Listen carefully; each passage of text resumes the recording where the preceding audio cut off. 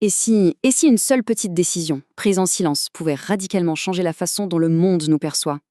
C'est de ça qu'on va parler. On va explorer cet art subtil, l'art de commander le respect. Pas en criant plus fort, non, mais en cultivant une force intérieure qui, elle, est inébranlable. C'est une promesse assez audacieuse, on est d'accord. L'idée ici, ce n'est pas de quémander le respect, mais de le commander, naturellement. Et la clé de cette transformation, eh bien, elle n'est pas à l'extérieur, elle est à l'intérieur, dans un simple ajustement de notre propre posture face au monde.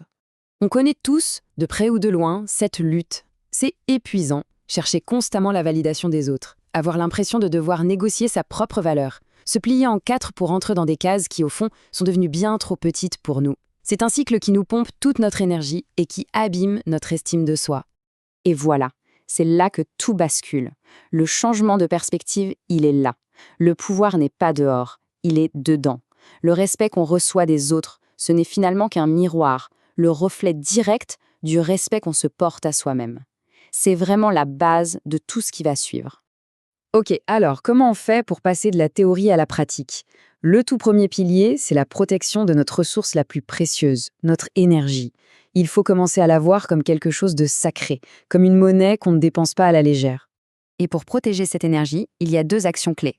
D'un côté, retirer l'accès. Ça veut dire quoi? Ça veut dire reprendre le contrôle de son temps, devenir sélectivement indisponible. Et de l'autre, observer davantage. C'est-à-dire choisir le silence pour mieux comprendre ce qui se joue autour de soi. C'est un paradoxe assez fascinant. On a souvent tendance à croire qu'en étant toujours disponible, on se rend indispensable. Mais en réalité, c'est tout le contraire. Ça envoie le signal que nos limites sont, négociables et que notre valeur peut être ignorée. Une disponibilité constante mène presque toujours à la dévaluation. Le processus, il est simple, mais il est incroyablement puissant.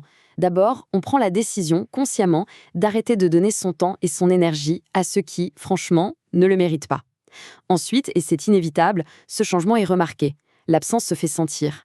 Et enfin, c'est presque magnétique. Le respect est attiré. Le silence communique bien plus que les mots.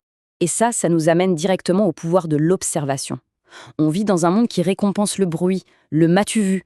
Mais dans ce contexte, celui qui garde le silence devient un atout stratégique. Ce calme, il permet de répondre avec sagesse, au lieu de réagir avec émotion. Le silence devient alors une véritable source de force.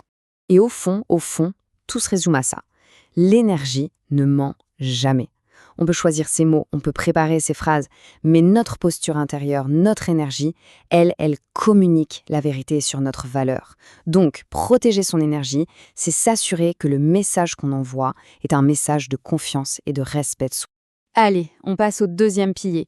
Protéger son énergie, c'est la défense. Maintenant, il faut passer à l'attaque, construire quelque chose de solide à l'intérieur, une valeur personnelle qui ne dépend absolument pas du regard des autres. Le respect qu'on reçoit, ce n'est qu'un reflet, on l'a dit.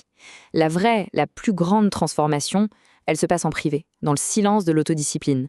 C'est quand personne ne regarde, quand on choisit de croire en sa propre valeur avant même que qui que ce soit d'autre ne le fasse. C'est là que les fondations les plus solides se construisent. Voilà la question qui mesure vraiment le respect qu'on se porte. Qu'est-ce qui se passe quand ça devient difficile, quand c'est inconfortable? Est-ce qu'on persévère pour ses propres objectifs, même sans personne pour applaudir, ou est-ce qu'on abandonne au premier obstacle? La réponse à cette question, elle définit toute notre trajectoire. Cette phrase, il faut la voir comme un engagement personnel puissant. C'est la décision de ne jamais, au grand jamais, diminuer sa propre lumière ou de revoir ses standards à la baisse juste pour être accepté. C'est une affirmation de sa propre valeur sans aucun compromis. En fait, il y a deux chemins, et ils sont très différents. Si on baisse nos standards, on apprend aux autres que notre valeur est négociable. Mais si on les maintient, au contraire, on inspire les bonnes personnes, celles qui en valent la peine à s'élever à notre niveau. Le résultat est radicalement différent. Et le plus beau dans tout ça, c'est que maintenir un standard élevé mène toujours à un résultat positif. Soit les gens s'élèvent pour l'atteindre, soit ils s'éloignent tout seuls. Et dans les deux cas, c'est une bénédiction. On se retrouve soit entouré de personnes qui nous tirent vers le haut, soit avec l'espace nécessaire pour grandir. Ça nous amène tout naturellement au dernier pilier. C'est peut-être le plus difficile, mais c'est aussi le plus libérateur. C'est l'art de partir, l'art de quitter les situations qui ne nous servent plus avec dignité et surtout sans faire de drame. La différence entre les deux est énorme. La sortie dramatique, c'est celle qui cherche la validation dans le conflit, qui a besoin d'explications, d'avoir le dernier mot. Le départ silencieux, lui, trouve sa conclusion dans la clarté intérieure. dans la paix.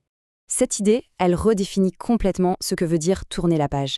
Ce n'est pas quelque chose qu'on attend des autres, c'est une certitude qui vient de l'intérieur, cette réalisation profonde qu'on mérite mieux, sans avoir besoin de se justifier auprès de qui que ce soit.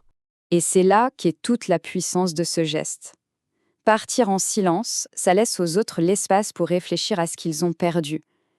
L'écho de cette absence a souvent un impact bien plus profond, bien plus durable que n'importe quelle dispute ou explication qu'on aurait pu donner. Bon, alors comment tous ces principes s'imbriquent les uns dans les autres? Eh bien, ils convergent tous vers un concept central, ce qu'on peut appeler la norme intérieure. C'est une sorte de contrat silencieux, inébranlable, qu'on établit non pas avec les autres, mais avec soi-même. Pour le dire clairement, la norme intérieure, c'est quoi? C'est cette connaissance de soi calme et solide qui dicte ce qu'on accepte et ce qu'on n'accepte pas. Point. Et elle est complètement indépendante de l'approbation ou de la validation des autres. C'est notre propre boussole. Et c'est cette norme qui devient la véritable source de notre pouvoir silencieux. C'est elle qui établit les limites sans qu'on ait besoin de se disputer. C'est elle qui commande le respect sans qu'on ait besoin de le réclamer. Tout se joue au niveau de l'énergie, de la présence. Et on termine avec cette idée qui finalement ramène toute cette analyse à une introspection personnelle. Si le respect qu'on reçoit n'est que le reflet de la norme qu'on maintient pour soi-même, alors la vraie question devient: quelle est la norme que chacun de nous projette silencieusement au monde chaque jour ?